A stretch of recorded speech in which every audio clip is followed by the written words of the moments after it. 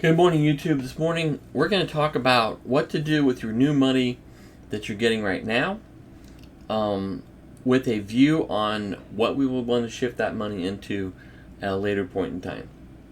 Everybody talks about high and low stocks, mutual funds, ETFs, real estate. What should you be buying now? Where should you put your money?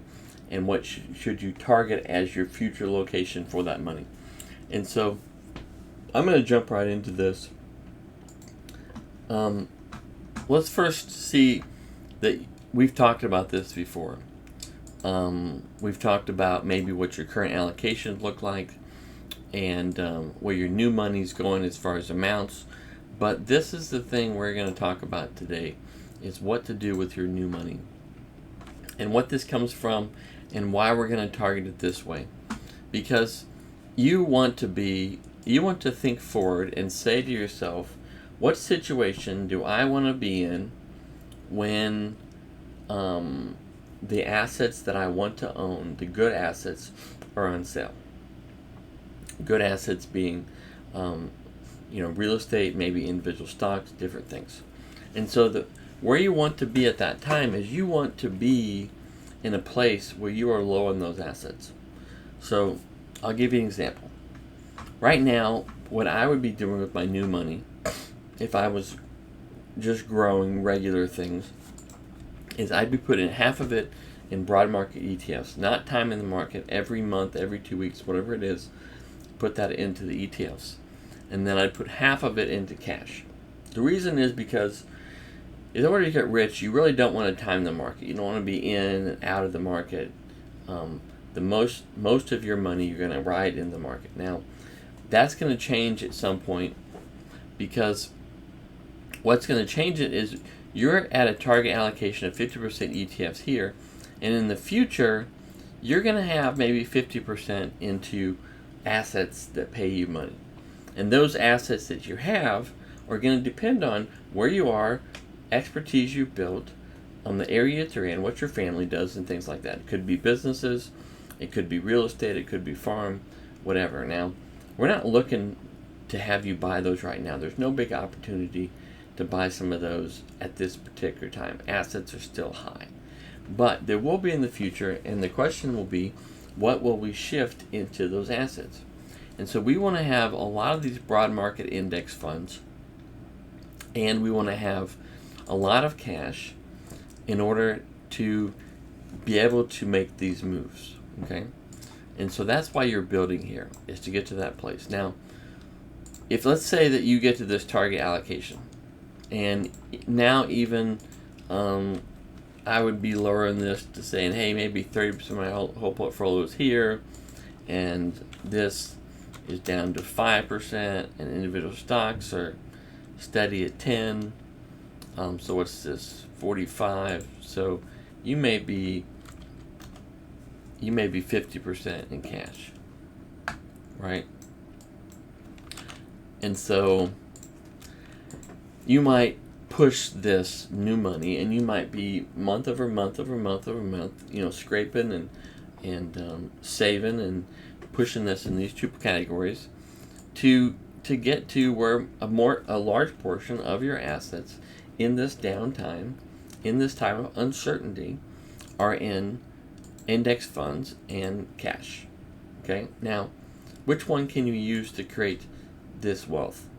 Well, either one. So, the opportunities that arise for you are going to be opportunities in these assets right here.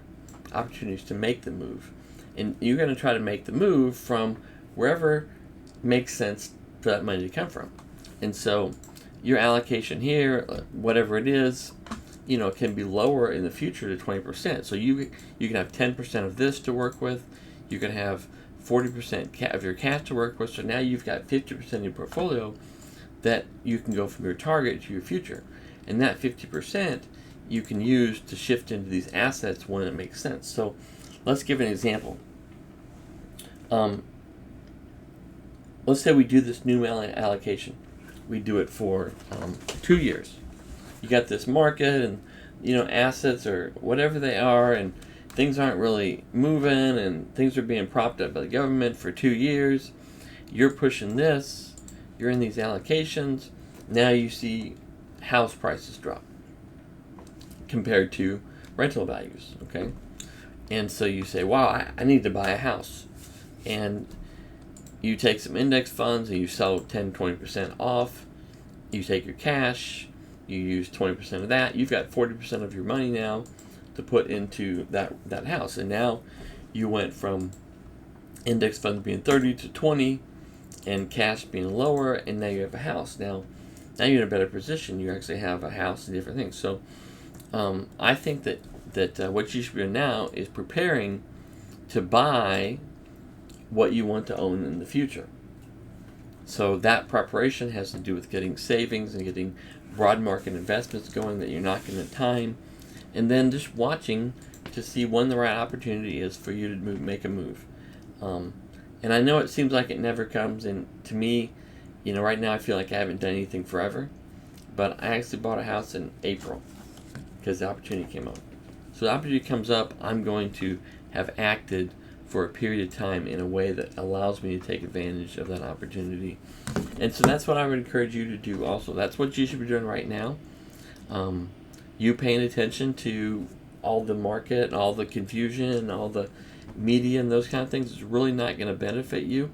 You watching the prices of houses in areas you want to buy, right? So you understand them.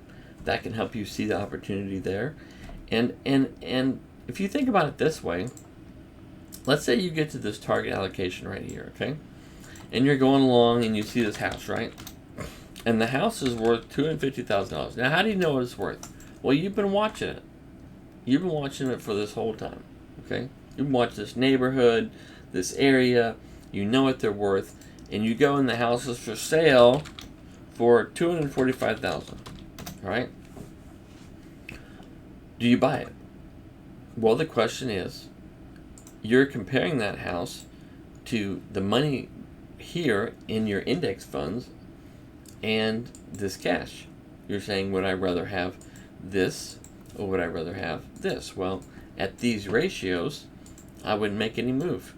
The maximum you're making here on the purchase is $5,000, right? Minus the risk over here. Now, let's say you get to the point that the house is $215,000. Well, if you're brand new into this market, then maybe. But the situation you really want, where the house is $200,000, it's worth $250,000. Now you know it's worth $250,000 because you've been watching the house. You know the rental values, those type of things. Now you have a $50,000 opportunity here. How much of this does it cost you? It might only cost you $50,000 down to purchase the house, right?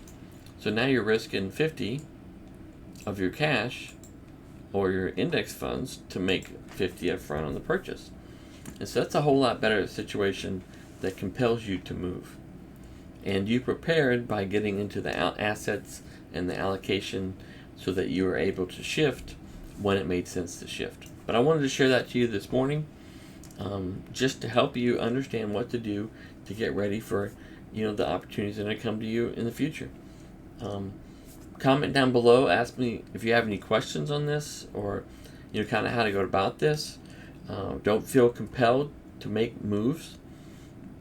Learn, but when the right move is there, you need to be prepared for it, and you need to understand what it looks like. And so when it pops up, you can recognize it. Okay? I'll talk to you later. Bye.